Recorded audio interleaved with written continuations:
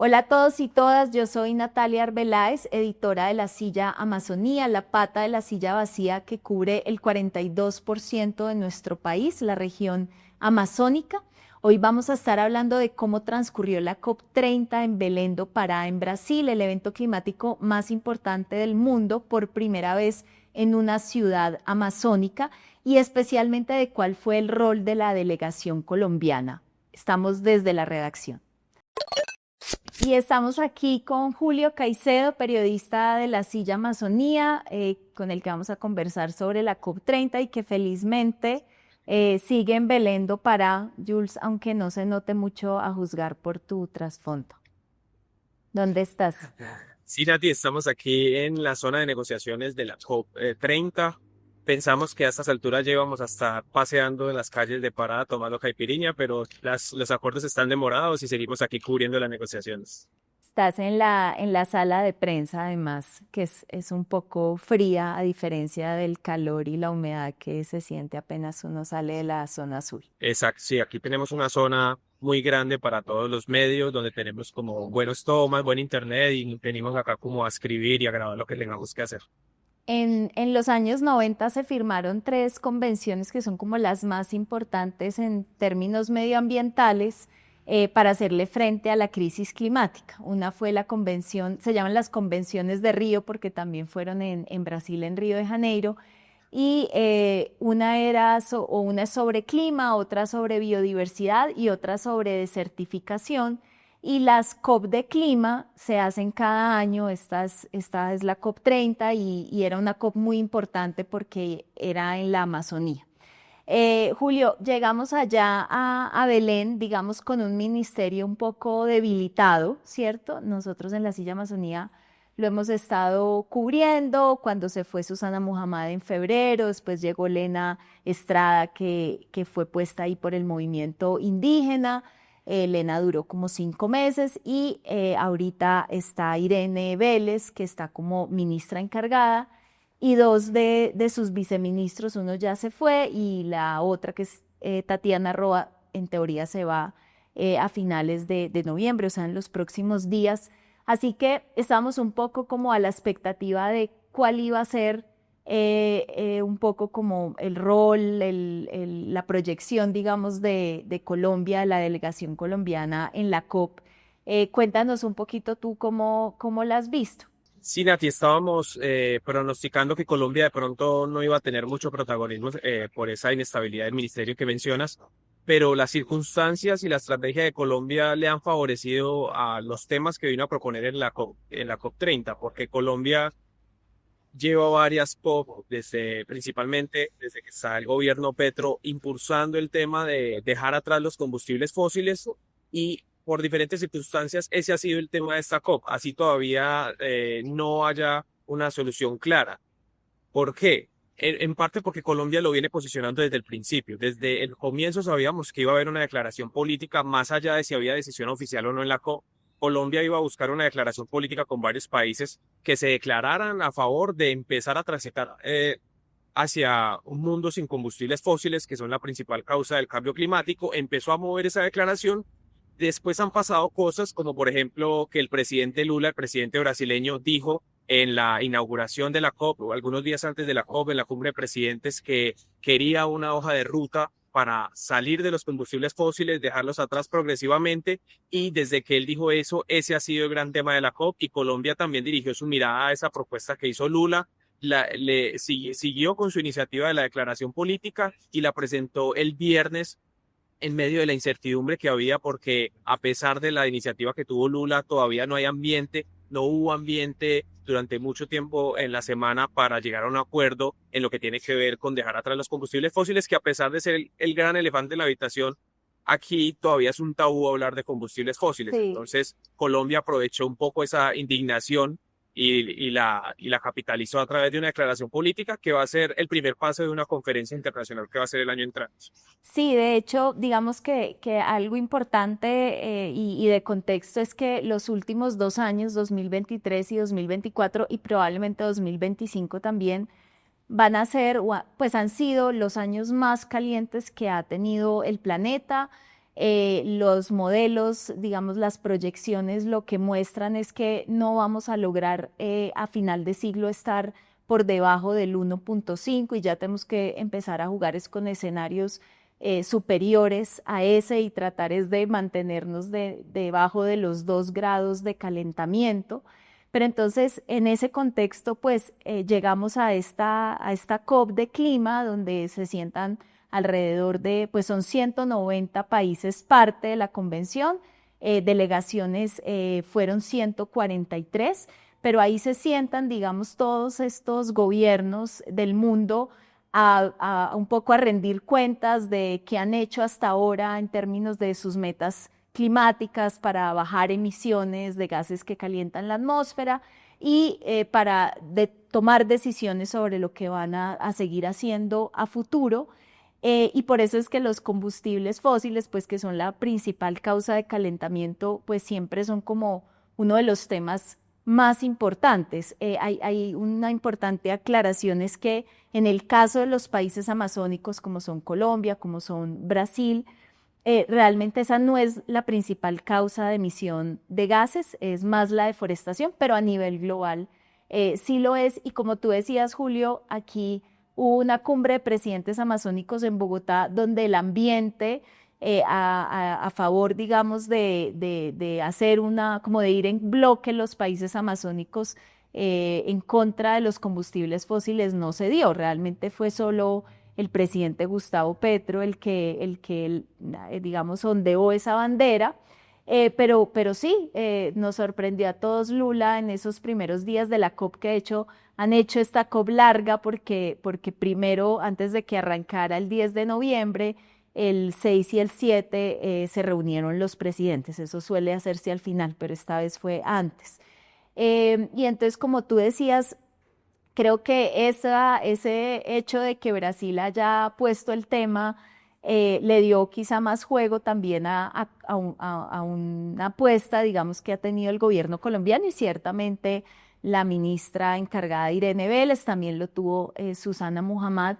Y cuéntanos un poquito como de ese intríngulis, como que fue el jueves, que hubo además un incendio, y el viernes, digamos, como de cierre de la COP, en la que en todo caso se vio que había diferencias de todas maneras entre la aproximación que tiene Colombia y Brasil al tema. Exacto, Natalia.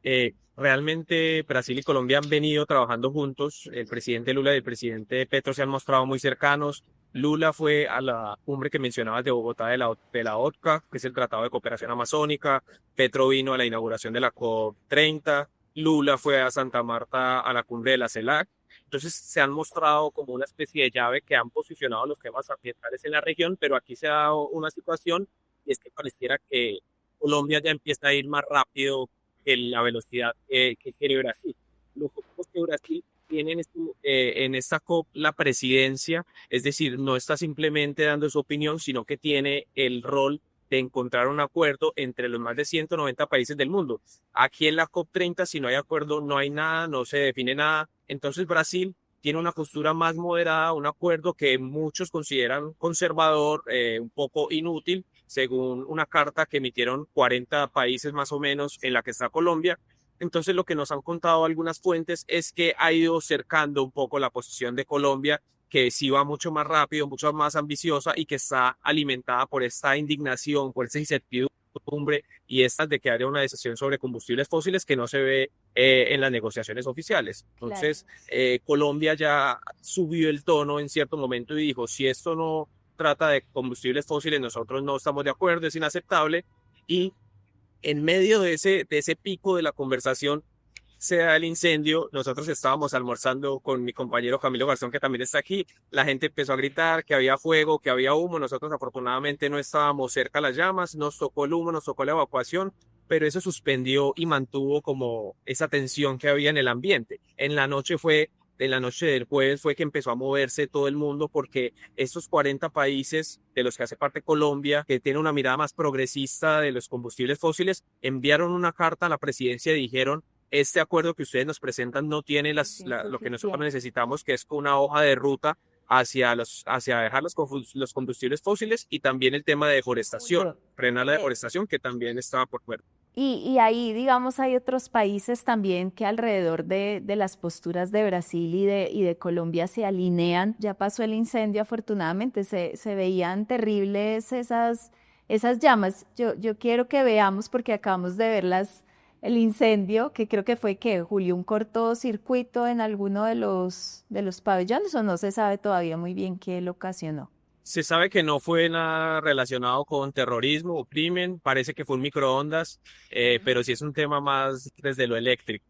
Pero después hicieron una inspección y buscaron por todos lados y dijeron que no había sido una bomba o algo parecido y en tarde de la noche ya las negociaciones otra vez. De hecho, veamos un poquito la imagen de cómo se ve la COP en circunstancias normales, que es de mucha gente, los pabellones de los países.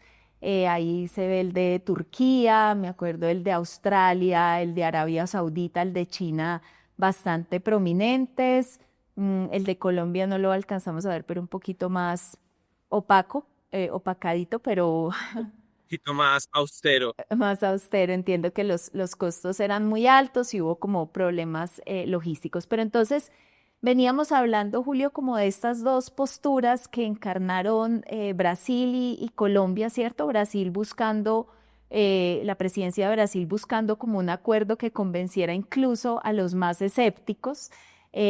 Lula dijo en esa declaración, digamos, de buscar una hoja de ruta. En realidad no fue al comienzo, fue el jueves, digamos, cuando ya se estaba moviendo llegar a ese acuerdo, que él dijo como que él dio las puntadas de lo que ese acuerdo debía tener y eran bastante generales, ¿no? Como nadie le va, o sea, vamos a ponernos de acuerdo en que hay que salir de los combustibles fósiles, del petróleo, el carbón, el gas, pero no le vamos a decir a ningún país ni cuánto tiempo tiene, ni cómo tiene que hacerlo, no le vamos a imponer nada a nadie, y eso es precisamente lo que Colombia no cree que deba hacerse, sino que debe haber unas pautas mucho más claras que permitan que en cada COP realmente se esté revisando si los países sí están saliendo o no de los combustibles. Y ahí, por ejemplo, el grupo árabe, que sale como en todos los puntos de las negociaciones, a veces cuando se habla de quién está como siendo el palo en la rueda, los árabes son bastante protagónicos, ¿no? Sí, Nati, nosotros, todo el mundo nos dice que, que los árabes han hecho más difíciles las conversaciones. De hecho, había un tema que le interesaba mucho a Colombia, que era meter la biodiversidad en el debate, y los árabes también se pusieron en medio. eh, y lo paradójico es que ahora la presión no parece estar sobre los países árabes o los grandes productores que no están de acuerdo con esta hoja de ruta para transitar, sino sobre los países que piden la hoja de ruta, porque Brasil lo que está haciendo es diciendo como, bueno, lo toman o lo dejan. Ujú. Y esto hace que la presión esté un poco sobre quienes piden más, no sobre quienes dan menos, que parece paradójico. De hecho, aquí el ambiente sobre parecido y la parte de los pabellones quedó despoblada, ya no está cercada totalmente, ya no hay pabellones, entonces como que es un poco lúgubre, había mucha expectativa, había mucha movilización social, hubo una marcha gigante aquí en Belén, pero la falta de decisiones y este ambiente en que no se sabe qué está pasando y qué va a pasar, como que han dado por apagar un poco el ambiente de esta COP.